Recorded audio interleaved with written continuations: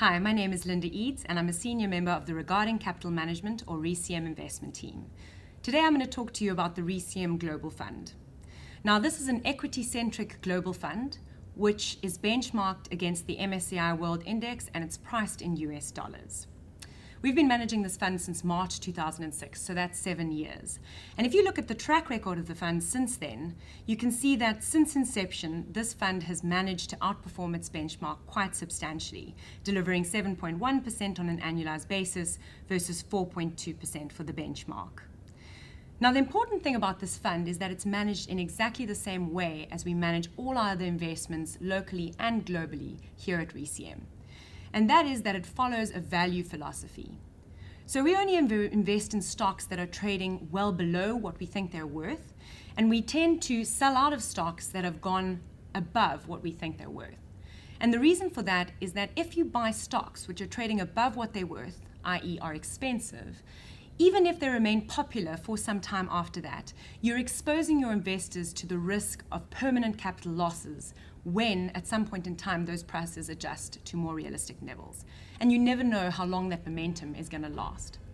So we tend to invest in cheap stocks wherever we can find them. And in the global fund, we have the great advantage of being able to focus exclusively on high-quality businesses. Now, what do we mean by high-quality businesses? These are businesses which have demonstrated the ability to earn excess returns over and above the cost of capital over time. So that's from a historic perspective, but very importantly, that we can identify some kind of permanent barrier to entry, which suggests that that will be the case for them going forward. So a good example will be something like, for instance, Microsoft, which is actually our top equity investment today. Now, they have permanent barriers to entry, which are evidenced by the fact that even free alternatives haven't really been able to tempt their consumers away from their products. So if you look at the fund's history over time, what we show is in maroon, the fund's returns since inception, March 2006, versus the index in gray, the MSCI World Index. And you can see that the fund has been through some pretty interesting market environments. Firstly, the financial crisis. You can see that this is shaded on the graph. And during that time, leading up to the financial crisis, the fund was actually lagging the market. The reason for that is we were steering away from the assets which are taking the market to its highs, which tended to be very expensive, and struggling to find cheap, undervalued opportunities within that market environment. However, when the market did fall, that stood us in good stead, and the market fell by around 50%, where we fell by substantially less, around 30%. Now, the interesting thing to note about that is our recovery from the peak took about a year, whereas only recently did the market recover from its peak prior to the financial crisis. So it took 4 years for the market to recover from those levels. So that loss during the financial crisis was very much a temporary loss of capital. Today, if you look at how the fund is positioned, we can look at the asset composition, which looks at equities versus cash.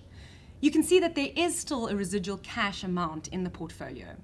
Now, every single day, we're looking around the globe trying to find those undervalued opportunities and deploying that cash into the market when we find them. So that cash is very much a byproduct of that process. It's not a top-down allocation to the asset class.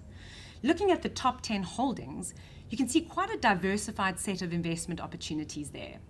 Starting with, as I mentioned previously, Microsoft and a few other sort of IT themes coming through, Intel, and Ichirizuka Fund, which is the second biggest holding in the fund, actually represents an entry point into the Japanese equity market. And this is a very interesting opportunity among small cap companies in Japan. Now, we can't speak Japanese, unfortunately, so we've partnered up with Milestone Asset Management, who follow a very similar philosophy to us, to actually access this overwhelming opportunity which we want to take advantage of in that market. The bigger large caps in Japan, we tend to invest in directly ourselves. We've also had some interesting exposure to regions which you might be surprised to hear of, areas such as Europe, which are very much in the negative headlines. Carrefour is the second biggest retailer in the world after Walmart. We invested in Carrefour in late 2011, early 2012, in the midst of the European recession. Now, investing in a retailer in the midst of the recession probably doesn't sound like a very good idea. But when you're making long-term investment decisions for your clients, often short-term negative information can present an overwhelming opportunity to buy high-quality businesses like Carrefour at incredibly low prices. Now, Carrefour has actually done very well for our investors. It's up close to 50% in US dollar terms since we bought it. But interestingly, the fundamentals of the business and the environment have not changed all that much. So you don't know when that repricing is going to happen, but what we do know is that buying cheap assets often leads to good results. You can see some of the local themes coming through there. Companies which we believe are of a global quality standard, such as Amplats, by virtue of sitting on the majority of the world's platinum reserves, along with Lonmin and Implats, also represent a wonderful opportunity from a global perspective. So this global fund, as I mentioned, looks for undervalued opportunities and focuses exclusively on high-quality businesses. The combination of those two things means that we are best able to protect our investors against permanent capital loss, whilst generating for them superior returns over time.